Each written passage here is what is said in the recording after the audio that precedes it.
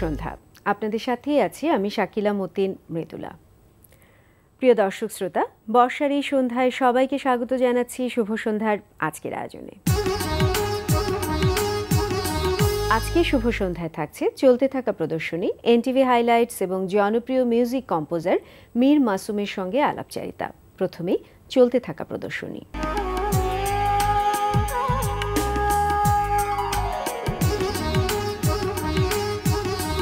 শুরুতেই জানিয়ে দিচ্ছি চলতে থাকা প্রদর্শনীর সময়সূচি।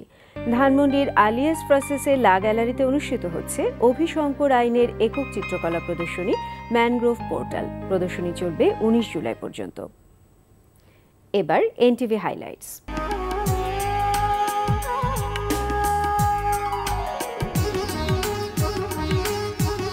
এবার জেনে নিন কি কি থাকছে এনটিভির রাতের অনুষ্ঠানমালায়। সন্ধ্যা 6:45 দেখবেন মোহাম্মদ নুরুজ্জামানের প্রযোজনায় চলচ্চিত্রের গান নিয়ে অনুষ্ঠান রূপালী পর্দার গান। আমি তোমারি প্রেম ভিখারি, ভালোবেসে ঠাই দিও পরাণে গো, ভালোবেসে ঠাই দিও পরাণে। আমি তোমারি তুমি আমারি, পাশে থেকো জীবনে মরণে গো, পাশে থেকো জীবনে মরণে। রাত 8:20 থাকছে এজাজ মুন্নার রচনা এবং পরিচালনায় ধারাবাহিক নাটক আস্থা। বোমা এলো না? আসবে বলে মনে হচ্ছে না। সমস্যাটা মিটছেই না। বাবা, ও আসলে মানসিকভাবে আমার কাছ থেকে এখন অনেক দূরে। কিছু করে কোনো লাভ হবে বলে মনে হচ্ছে না। তাও চেষ্টা তো করতে হবে। দেখি, আমি আজকেই যাব। রাত 9টায় প্রচার হবে কাজী মোহাম্মদ মোস্তফার প্রযোজনায় অনুষ্ঠান রঙিন পাতা।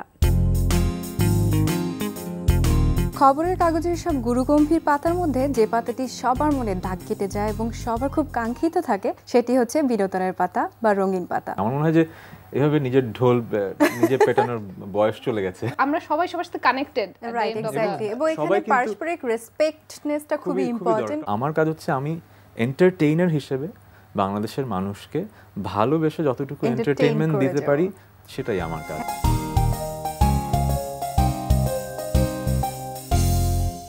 রাত 11:30 থাকছে হাসান ইউসুফ খানের প্রযোজনায় সঙ্গীতানুষ্ঠান মিউজিক জ্যাম।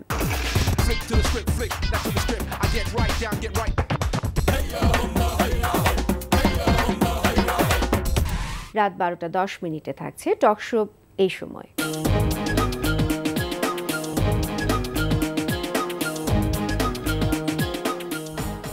এই ছিল এনটিভি রাতের অনুষ্ঠানমালার সময়সূচি। এবার আলাপচারিতা। প্রিয় দর্শক, আমাদের আজকের অতিথি এই প্রজন্মের মিউজিক কম্পোজার মীর মাসুম। চলুন কথা বলি তার সঙ্গে। শুভ সন্ধ্যা। শুভ সন্ধ্যা। ভালো আছেন? আলহামদুলিল্লাহ। অনেক ব্যস্ত গান নিয়ে এবং মিউজিক কম্পোজিশন নিয়ে, এবং খুব রিসেন্টলি আমরা আপনার একটা কাজ পেলাম, ইসলামী একটি গান 3জন শিল্পীর কণ্ঠে। তো এই যে একটু ভিন্ন ধরনের একটি গান নিয়ে কাজ করলেন 3জন শিল্পীকে নিয়ে, কোন ভাবনা থেকে? আসলে আমি বেশ কিছুদিন যাবতই ইসলামী অঙ্গনে কাজ করছিলাম, ইসলামী গান করছিলাম। কলরব শিল্পী গোষ্ঠীর সাথে আরও কিছু সংগঠন আছে, ওরা ইসলামী গানই করে।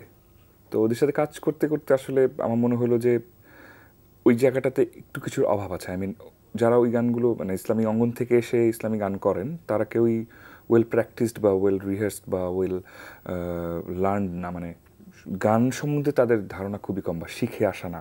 আমরা যেমন আমাদের এখানে যারা গান গায় সাধারণত ছোটোবেলা থেকেই ওস্তাদ বা কোনো প্রতিষ্ঠান থেকে গান শিখে আসে, ওরা তো ওরকম না। তো আমি তখন চিন্তা করলাম যে আমাদের মতো কেউ যদি এই অঙ্গনে আসে তাহলে ওই জায়গাটায় একটু উন্নতি হবে, আই মিন ভালো কিছু কাজ করা সম্ভব। তো সেই ভাবনা থেকে আসলে ইসলামী গান করা, নিজে থেকে তৈরি করা। এছাড়া আমাকে ইন্সপায়ার করেছে আমাদের ইমন চৌধুরী গত বছর রোজা একটি গান করেছিল, বেলাল খান গিয়েছিল। ওই গানটা থেকে আসলে আমার মনে হচ্ছে যে আমিও করি, নিজে থেকেই করেছিলাম গানটা, মুমিন হতে চাই। তারপর আমার বন্ধু জুয়েল মোর্শেদকে শোনালাম, সে বললো যে গানটা আমরা প্রডিউস করতে চাই। দেন ওনারা ইমরান, বালাম এবং আসিফ ওদেরকে আসিফ ভাই ওনাদেরকে কথাকার শোনালেন। আপনার কথা লিখেছে গোলাম কবির রনি নামের একটা ছেলে, সে অনেক দূর থাকে, ভুরুঙ্গামারিতে থাকে, সে আমার রেগুলার গান লেখে সে। তো তারপরেই ওনারা গাইলেন, ওনারাও বেশ আগ্রহ নিয়ে গিয়েছেন, কারণ ইসলামী গান ওনারাও ওদের প্রথম গাচ্ছেন। ইমরানও প্রথম গাইলো, বালাম ভাইও গাইলেন প্রথম, আসিফ ভাই তো প্রথম গাইলেনই। তো সব মিলেই একটা ভালো, সবাই ভালো বলছে, এটাই ভালো লাগছে আসলে। এই গানটি আমরা কি পরে শুনবো না এখন একটু না, এই শুনবো? গানটি আমি এটাই সবার পরে শোনাই, সব শেষে শোনাই। এই গানটির গল্প তো শুনলাম, এছাড়া নিশ্চয়ই অনেক কাজ নিয়ে ব্যস্ত এই মুহূর্তে, আরো অনেক কাজ করছেন নিশ্চয়ই। আলহামদুলিল্লাহ, এবার আসলে বেশ চাঙা মনে হচ্ছে আমাদের পুরো এরিনাটাই, মিউজিক এরিনাটা। রোজায় আসলে বেশ কাজ করেছি, এখন অনেকগুলোই উপলক্ষ বের হয়েছে যে উপলক্ষে মানুষ গান করে। আগে খুবই কম ছিল, 2 ঈদেই হয়তো মানুষের অ্যালবাম বের হতো, এখন দেখা যায় যে ভ্যালেন্টাইন্স ডেতেও অ্যালবাম বের হচ্ছে, বৈশাখ উপলক্ষে অ্যালবাম বেরোচ্ছে, মা দিবস, বন্ধু দিবস, বাবা দিবসে গান করছে মানুষ, ক্রিকেট খেলা হলে ক্রিকেটের জন্য গান করছে, ফুটবল খেলা হলে ফুটবলের জন্য গান করছে।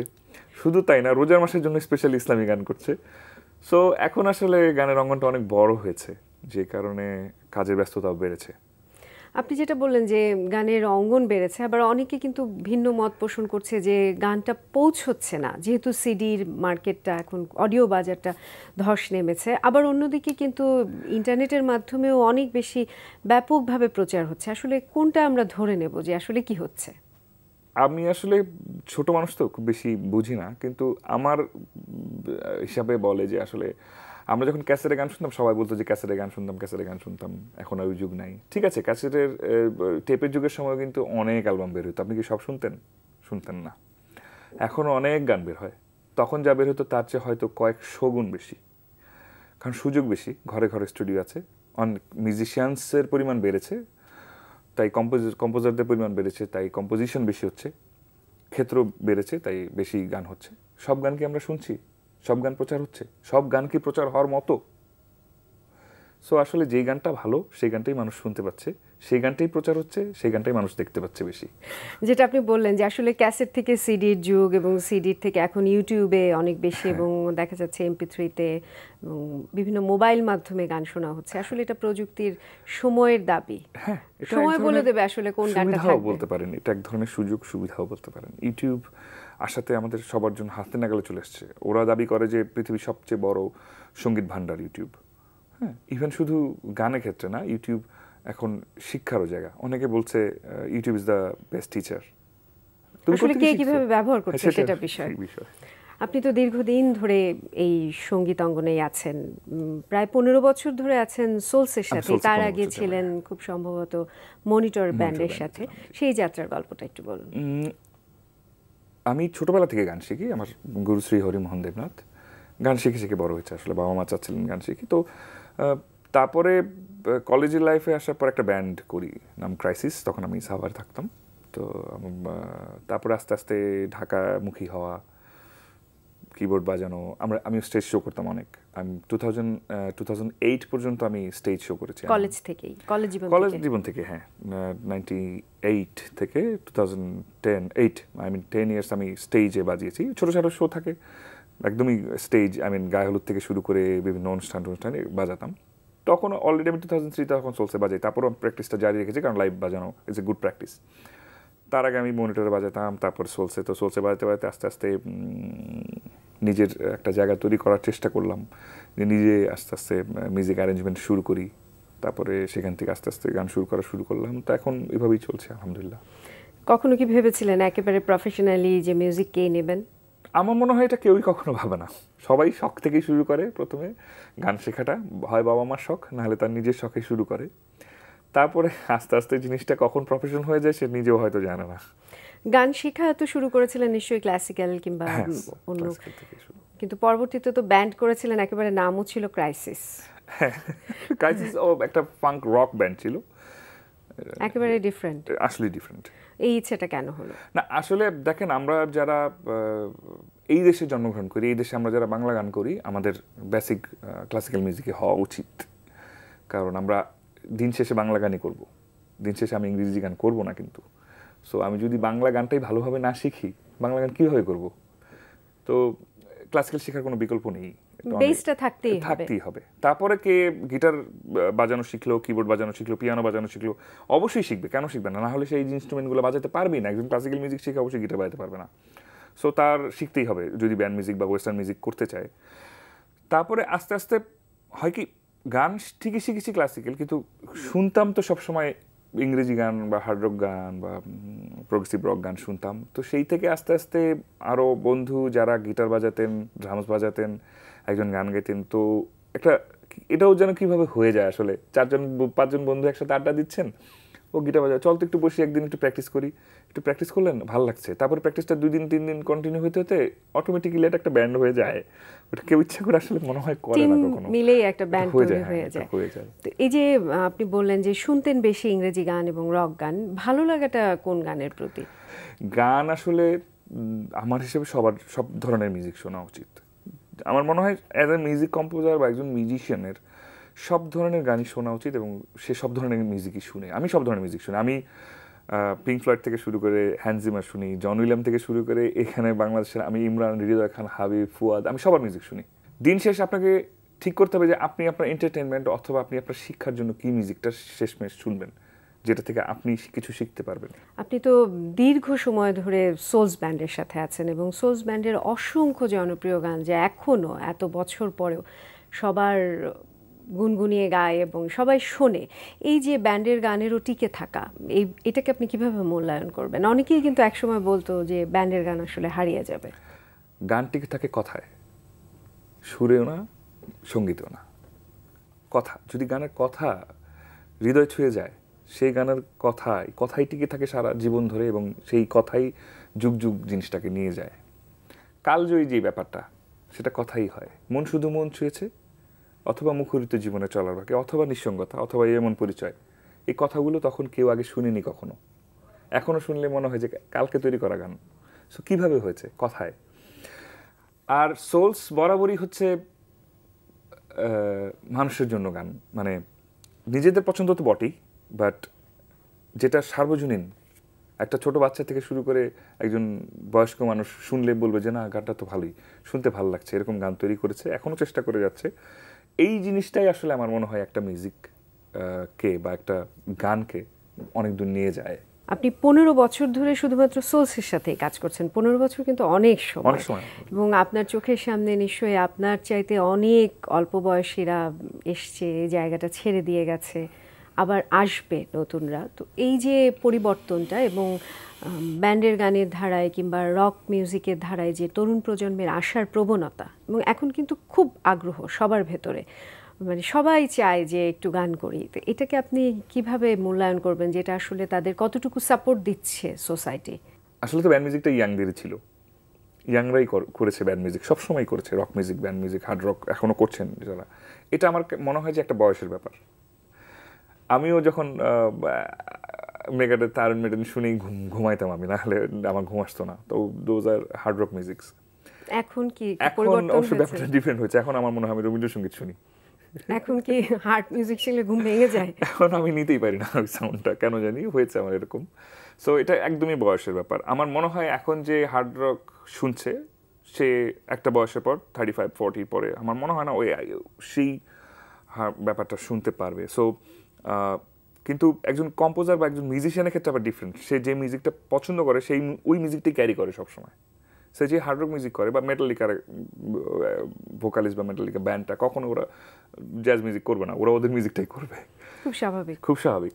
আর আমাদের ক্ষেত্রে যেটা হয় যে ইয়াং জেনারেশন মিউজিক করা শুরু করে, একটা সুন্দর ব্যান্ড তৈরি করে, তাদের মিউজিক খুব ভালো হয়, একটা ক্যারিয়ার তৈরি হয়। তারপরে হঠাৎ হয় কি, একজন বা দুজন মেম্বার দেশে বাইরে চলে যায় পড়ালেখার কারণে বা জবের কারণে, তখনই আসলে ব্যান্ডটা ভেঙে যায়, আর তখনই দেখা যায় যে আর ওই তাদের মিউজিকটা কন্টিনিউ করা হয় না। তো সেই দিক থেকে চিন্তা করে আসলে একটু এই ব্যাপারটা একটু ডিমোরালাইজিং, বাট চেষ্টা তো চালিয়ে যেতেই হবে সবাই। অবশ্যই। এবং আপনার কথা শুনে মনে হচ্ছে যে আপনি অনেক বেশি আশাবাদী।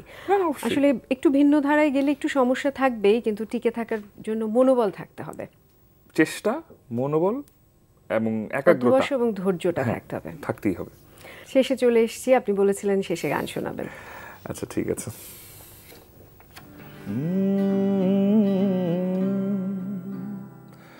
আল্লাহ তোমার নূরের দেখা আমি পেতে চাই, দিনের পথে হেঁটে হেঁটে মুমিন হতে চাই। আল্লাহ তোমার নূরের দেখা আমি পেতে চাই, দিনের পথে হেঁটে হেঁটে মুমিন হতে চাই। রহমতের কাঙ্গাল আমি তোমার পানাহ চাই, দিনের পথে হেঁটে হেঁটে মুমিন হতে চাই। আমি অন্ধ ভালো মন্দ বুঝি না কিছুই, ওর বিপাকে মন বিপাকে উড়েছি দ্বিধায়, তুমি উপায় দাও আমায়। রহমতের কাঙ্গাল আমি তোমার পানাহ চাই, দিনের পথে হেঁটে হেঁটে মুমিন হতে চাই। বাহ, অনেক অনেক ধন্যবাদ। আপনাকে ধন্যবাদ। ধন্যবাদ এনটিভিকে। প্রিয় দর্শক, কথায় কথায় আমরাও চলে এসেছি অনুষ্ঠানের শেষ প্রান্তে। আমাদের সঙ্গে যোগাযোগের ঠিকানা প্রযোজক শুভ সন্ধ্যা, এনটিভি বিএসএসসি ভবন, 7তলা 102 কাজী নজরুল ইসলাম এভিনিউ, কারওয়ান বাজার, ঢাকা 1215। আমাদের ইমেল অ্যাড্রেস shubhosandha@ntvbd.com। এনটিভিতে সম্প্রচারিত সংবাদ ও অন্যান্য সকল অনুষ্ঠান দেখতে লগ ইন করুন www.ntvbd.com-এ। সবাই ভালো থাকুন, নিরাপদে থাকুন। শুভ সন্ধ্যা।